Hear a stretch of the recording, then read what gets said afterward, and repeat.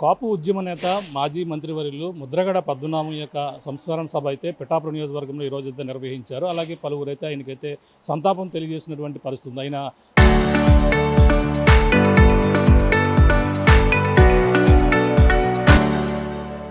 ఒక కాపు ఉద్యమ నేతగా కూడా ఒక చెరగని ముద్ర వేసుకున్నారంటూ ఆయనతో ఉన్నటువంటి జ్ఞాపకాలు అందరూ కూడా ప్రతి ఒక్కరు కూడా నెమరు వేసుకుంటున్నటువంటి పరిస్థితి. ప్రస్తుతం వైసీపీకి సంబంధించిన అలాగే సీనియర్ నాయకులు అలాగే ఎస్సీసీ సభ్యులు వైసీపీకి సంబంధించిన ఎస్సీసీ సభ్యులు ఉన్నారు. మాట్లాడే ప్రయత్నం చేద్దాం. గండేపల్లి బాబీ గారు, సార్ చెప్పండి, ఆ ముద్రగడ పద్మనాభం ఒక రాజకీయాల్లోనే కాదు ఒక కాపు ఉద్యమ నేతగా కూడా ఒక చెరగని ముద్ర వేసుకున్నారు. ఆయన సంస్మరణ సభ ఈరోజు పిఠాపురంలో ఏ విధంగా నిర్వహించారు?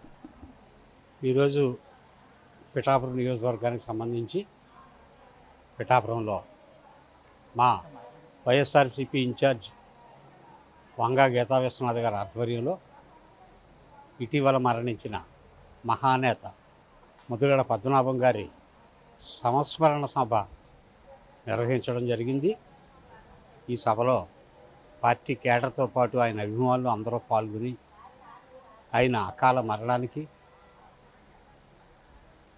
శాంతి శ్రద్ధాంజలి ఘటిస్తూ ఆయన చేసిన సేవలు, ఆయన చేసిన త్యాగాలు, ఆయన రాజకీయంగా ఉన్నతమైన స్థానాల్లో ఉన్న సమయంలో కూడా పదవులను తృణప్రాయంగా త్యజించి ఆత్మగౌరవం కోసం కట్టుబడిన సిద్ధాంతం కోసం పదవులను కాలితో తన్నొచ్చేసిన రోజులు ఒక సామాజికంగా ఒక మధ్యతరగతిగా ఉండి నలిగిపోతున్న కాపు జాతి కోసం ఆయన చేసిన ఉద్యమాలు ఇవన్నీ కూడా ఈరోజు స్ఫురణకు తెచ్చుకుని ఆయన ఒక కొవ్వొత్తులాగా వెలిగిపోతూ సమాజానికి వెలుగునివ్వడానికి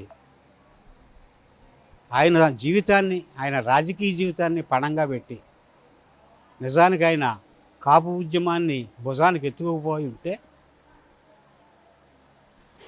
ఆయన ఒక ముఖ్యమంత్రి కాదగ్గ క్వాలిటీస్ ఉన్న వ్యక్తి అని చెప్పి నేను చెప్తాను. ఒక నిజాయితీ, పేరు పెట్టలేని నిజాయితీ, మాటకు నిలబడే తత్వం, పట్టుదల, సమయపాలన, ఆతిథ్యం ఆయనలో ఉన్న గొప్ప లక్షణాలు, ఏ రాజకీయ నాయకుడికి ఉండని లక్షణాలు. ఈ 5 లక్షణాలతోటి ఆయన ఉన్నాడు కాబట్టే రాజకీయాలకు అతీతంగా అందరూ కూడా పార్టీలకు అతీతంగా అందరూ అభిమానించే వ్యక్తిగా అందరూ గుండెల్లోనూ చిరస్థాయిగా ఈరోజు ఆయన నిలిచిపోయాడు. మేము ఆయన అభిమానులుగా కోరుతున్నది ఒకటే, ఆయన ఓ మంత్రి స్థాయి వరకే వెళ్ళగలిగారు. అంతకు మించి ఎన్నో పదవులు చేయగలిగే అర్హత ఉన్నప్పటికీ ఉన్న పదవులనే తృణప్రాయంగా వదిలిన వ్యక్తి. అటువంటి వ్యక్తి జ్ఞాపకార్థం ఈ కాకినాడ జిల్లాకు ముద్రగడ పద్మనాభం జిల్లాగా నామకరణం చేయాలని చెప్పి ఆయన అభిమానులుగా మేమందరం కూడా ఈరోజు డిమాండ్ చేస్తా ఉన్నాం. ఒక విధంగా చూసుకుంటే పిఠాపురం నియోజకవర్గంలో కూడా ఆయన పోటీ చేశారు. పత్తిపాటి నుంచి కాదని ఇక్కడ కూడా పోటీ. అప్పుడు పోటీ చేసినప్పుడు ఆయనతో ఉన్న అనుబంధం మీకు ఏ విధంగా ఉండేది? అంటే ఇక్కడ జరిగిన జ్ఞాపకం, ఆయన ఆతిథ్యం ఇవ్వడంలో అందివేసిన చెయ్యి. ఈ రాష్ట్రంలో, ఈ జిల్లాలో అయితే చెప్పక్కర్లేదు, అందరూ కూడా ఆయన ఆతిథ్యం స్వీకరించిన వారే. ఆయనకి అలనాటి నుంచి 1980లో నా కురవడప్పటి నుంచి ఖచ్చితంగా ఇంటికి వెళ్తే ఉప్మా ఉంటుంది, ఏ టైంలో వెళ్ళినా. తర్వాత స్వీట్ ఉంటుంది, తర్వాత బిర్యానీ ఉంటుంది. ఎప్పుడు ఏ సీజన్లో ఏది ఉంటే అది తినకుండా ఎవరిని కదలనిచ్చేవారు కాదు. స్వయంగా ఆయన చేత్తో అందించడం ఆయనలో గొప్పతనం. వచ్చిన ప్రతి అది కొన్ని వందల వేల మంది వస్తే, జనవరి 1కి ఆయన పలకరించడానికి వేల మంది వస్తే అందరికీ స్వయంగా తన చేత్తో అందించి ఆతిథ్యం ఇచ్చేవారు. అటువంటి వ్యక్తికి ఆతిథ్యం ఇచ్చే అవకాశం నాకు వచ్చింది. ఆయన పిఠాపురం నియోజకవర్గంలో 2009లో పోటీ చేసినప్పుడు మా ఇంటిని ఆయనకి ఆతిథ్యం, మా ఇంటి ద్వారా, మా ఇంట్లో ఆ రోజు ఆతిథ్యం ఇచ్చి మా ఇంటిని ఆఫీసుగా మార్చి ఆయనతో చాలా సన్నిహితంగా మెలిగాను. ఆ ఎన్నికల్లో ఆయన గెలుపుని ఆశించి మేము మా దురదృష్టం ఆ రోజు ఆయన స్వల్ప తేడాతో ఓడిపోవడం జరిగింది. ఆయన గెలిచుంటే ఆయన రాజకీయ భవిష్యత్తు వేరుగా ఉండేది, మా భవిష్యత్తు కూడా వేరేగా ఉండేదని మేము భావిస్తూ ఉన్నాం. ఎందుకంటే ఆ వేళ ఓడిపోవడానికి కూడా ఆయన కొన్ని సిద్ధాంతాలకు కట్టుబడిన వ్యక్తి. ఏనాడు కూడా ఓట్లకు డబ్బులు ఇవ్వడం కానీ సారా పంచడం కానీ అటువంటివి ఏమీ నాకు తెలియవండి. అలా కాదు సార్, ఇంకొద్దిగా ఖర్చు పెడితే మనం నెగ్గుదాం, పార్టీ రాజశేఖర రెడ్డి గారు పంపిస్తానంటున్నారు ఫండ్ అంటే నాకు వద్దండి అన్నారు ఆయన. స్వయంగా ఫండ్ ఇస్తానంటే నేను తీసుకోలేనండి, నేను ఎప్పుడు ఓట్లకు డబ్బులు ఇచ్చి గెలవలేదని చెప్పి నిర్దర్థంగా తోసిపుచ్చిన వ్యక్తిత్వం ఆయనది. అది ఇప్పటికీ మేము మరవలేంది. ఆయన అటువంటి లక్షణాలు ఉన్నాయి కాబట్టి ఆయన ఈ రోజుల్లో ఆయన గెలవలేకపోవడం అనేది అది పెద్ద విషయం కాదు. గెలుపోవటంతో పని లేదు ఆయనకి. పదవి ఉన్నా లేకపోయినా ఆయనకుండి అభిమానులు అలాగే ఉంటారు, ఆయనకుండి పలుకుబడి కూడా అలాగే ఉంటారు. ఆయన పదవి లేకపోయినా ఒక కలెక్టర్తో మాట్లాడినా, ఒక సెక్రటరీతో మాట్లాడినా ఆయన మాటకి ఇచ్చే విలువ అటువంటిది. ప్రధానంగా చూసుకుంటే ఆయన మరణం తర్వాత ఆయన ఒక మంత్రిగా చేశారు, అలాగే ఎమ్మెల్యేగా చేసిన అనుభవం, అంతేకాకుండా ఎంపీగా కూడా చేశారు. అటువంటి వ్యక్తికి ప్రభుత్వం ఎవరు అవునన్నా కాదన్నా ప్రభుత్వ లాంఛన ప్రకారంగా చేయవలసిన బాధ్యత ఉంది కాబట్టి మేము చేస్తున్నాం, దాన్ని అయితే వైసీపీ రాజకీయం చేస్తుందని ఈ విధంగా రకరకాల కామెంట్స్ చేస్తున్నారు. ఆయన అంబటి రాంబాబు గారు కూడా అక్కడ అడ్డుకున్నటువంటి పరిస్థితి ఉంది ప్రభుత్వ లాంఛన. ఈ పరిణామాన్ని ఎలా చూడాలి? ఖచ్చితంగా ఆయన చనిపోయే ముందు ఏదైతే కోరారో, ఆయన 4 కోరికలు కోరారు, వాటిని తూచా తప్పకుండా అమలు చేయడం ఆ కుటుంబ సభ్యుల బాధ్యత. ఇందులో రాజకీయాలకే ప్రమేయం లేదు. జగన్మోహన్ రెడ్డి గారు అవి అధికార లాంఛనాలు వద్దనలేదు, కూతుర్ని రానివద్దని చెప్పి ఆయన కోరాడు. వాళ్ళ కుటుంబ సభ్యులు అడుగున్నారు. స్వయంగా తల్లి పద్మావతి గారే ఆ రోజు ఆవిడ ఇక్కడ ఉండడానికి వీలు లేదు క్రాంతి అని చెప్పి అందరి ముందు చెప్పింది ఆవిడ. ఇందులో రాజకీయానికి తావెక్కడ ఉంది? కుసంస్కారంతో కూతుర్ని అడ్డుకున్నారని చెప్పి కొంతమంది సంస్కారహీనులు జనసేన కుర్ర కార్యకర్తలు కొంత పోస్టులు అయ్యి పెట్టడం, ఆయన గౌరవాన్ని తగ్గించే ప్రయత్నం చేయడం.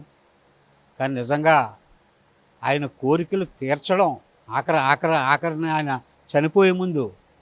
ఎందుకంటే ఈ చంద్రబాబు నాయుడు ప్రభుత్వం ఆయన్ని వేధించిన వేధింపులు, ఆ కుటుంబాన్ని మీద చూపిన క్రూరత్వం ఎవరో మర్చిపోలే. ఆ రోజు 2017లో కుటుంబ కొడుకుని కోడల్ని రోడ్డు గీడ్చి చొక్కా పట్టుకుని చొక్కా చింపేసి తీసుకెళ్ళిన దృశ్యాలు ఇప్పటికే కళ్ళల్లో మెదులుతూ ఉన్నాయి. అటువంటి ప్రభుత్వం ఇచ్చే మర్యాద ఆయనకు వద్దనుకున్నారు.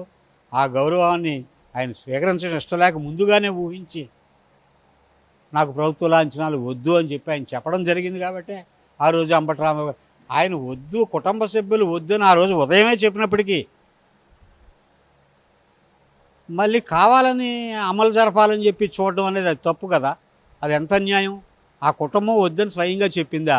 చెప్పినా సరే నువ్వు పోలీసులను మోహరించి ప్రభుత్వ లాంఛనాలతో మేము జరిపించాం, పద్మనాభమే మాకు గౌరవం ఉంది అని ఏదో దొంగ గౌరవాన్ని చాటుకోవడం కోసం మీరు చేసిన ప్రయత్నాన్ని అడ్డుకున్నారు ఆ రోజు అంబటి రాంబాబు. మీరు చేసిన తప్పు ఎప్పుడైతే ఆ కుటుంబం చెప్పిందో మీరు ఆ దరిదాపుల్లోకి రాకూడదు. మీరు ప్రభుత్వ లాంఛనాలను అమలు జరపడానికి, బలవంతాన్ని అమలు జరపడానికి, విత్ ఫోర్స్ చేయడానికి మీరు ట్రై చేశారు. కాబట్టి అంబటి రాంబాబు గారు దాన్ని అడ్డుకుంటే మళ్ళీ తిరిగి ఆయన మీ కేసు పెట్టరు. ఈరోజు రాష్ట్రంలో జరుగుతున్న పాలన ఏంటో అందరూ చూస్తూ ఉన్నారు. దానికి నిదర్శనంగా శవరాజకీయం చేయబోయి కేసులు పెట్టి ఎవరు చేస్తున్నారో ప్రజలు కూడా ఈ సందర్భంగా అందరూ గమనిస్తూ ఉన్నారని చెప్పి నేను తెలియజేస్తున్నాను. మీరు ఏదో డిమాండ్ చేస్తున్నారు, ఆయన ఏ విధంగా చేస్తే ఆయన ఆత్మశాంతి చేకూరుతుందంటారు. మీరు ప్రధానంగా మీకు అందరూ కూడా ఒకటే కోరుకున్నారు, ఏ డిమాండ్? జ్ఞాపకార్థం ఈ జిల్లాకు ఆయన పేరు పెట్టాలనేది మా ప్రధానమైన డిమాండ్. ప్రభుత్వానికి ఏమైనా చిత్తశుద్ధి ఉంటే ఆయనకి ప్రభుత్వ లాంఛనాలు మేము ఇస్తామని కాదు. మేము అడుగుతున్న ఈ డిమాండ్ నెరవేర్చి మీకున్న గౌరవాన్ని చాటుకోండి. లేకపోతే రేపు జగన్మోహన్ రెడ్డి గారు ముఖ్యమంత్రి అయిన తర్వాత ఆయన్ని ఏ విధంగా గౌరవించాలో మా అభిమానుల కోరిక మేరకు జగన్మోహన్ రెడ్డి గారి ద్వారానా సరే మేము ఈ కోరికని తీర్చుకుంటామని చెప్పి తెలియజేస్తా ఉన్నాం. Thank you sir. ఇది పరిస్థితి. ప్రస్తుతం అయితే ముద్రగడ పద్మనాభం గారు అయితే అలాగే వాళ్ళ అభిమానులు ఆయనకు సంబంధించిన ఆయనతో దగ్గరగా ఉన్నటువంటి అనుభవం ఉన్నటువంటి నాయకులు కూడా ఆ ముద్రగడ పద్మనాభం గారికి కాకినాడ జిల్లాకైతే ఆయన పేరు పెట్టాలని, ప్రభుత్వానికి చిత్తశుద్ధి ఉంటే ఆ విధంగా పేరు పెట్టి చాటుకోవాలని అని కూడా చెప్పుకొస్తున్నారు. ఏదేమైనా ఆయనతో ఉన్నటువంటి అనుబంధాన్ని ఈరోజు పిఠాపురంలో ఉన్నటువంటి సీనియర్ నాయకులు ప్రజలు అయితే ఈరోజు ముద్రగడ పద్మనాభం ఈరోజు సంస్మరణ సభలో పాల్గొని ఆయనకైతే నివాళులు అర్పించి ఆయన ఆత్మకు శాంతి చేకూరాలన్నా, అలాగే మేమందరం కూడా ఆయనకి పేరు పెడితేనే మేమంతా కూడా మేము ఆయనకి ఆత్మకు శాంతి చేకూరడం, అంతేకాకుండా ఆ ప్రభుత్వానికి చిత్తశుద్ధి ఉంటుంది కాబట్టి ఆయనతో ఈ విధంగా ఆ కాకినాడ జిల్లాకు ముద్రగడ పేరు పెట్టాలనేది కూడా కార్యకర్తలు కావచ్చు, నాయకులు కూడా డిమాండ్ అయితే వినిపిస్తుంది. ఇదే విషయాన్ని కూడా సీనియర్ నాయకులు ఎవరైతే ఉన్నారో వైసీపీకి సంబంధించిన ఎస్సీసీ సభ్యులు, వైసీపీకి సంబంధించిన ఎస్సీసీ సభ్యులు గండేపల్లి బాబీ గారు కూడా చెప్తున్న పరిస్థితి ప్రధానంగా ఉందని చెప్పాలి. ఇసుకున్న తాజా పరిస్థితి కెమెరాలతో ప్రకాష్ RTV పిఠాపురం.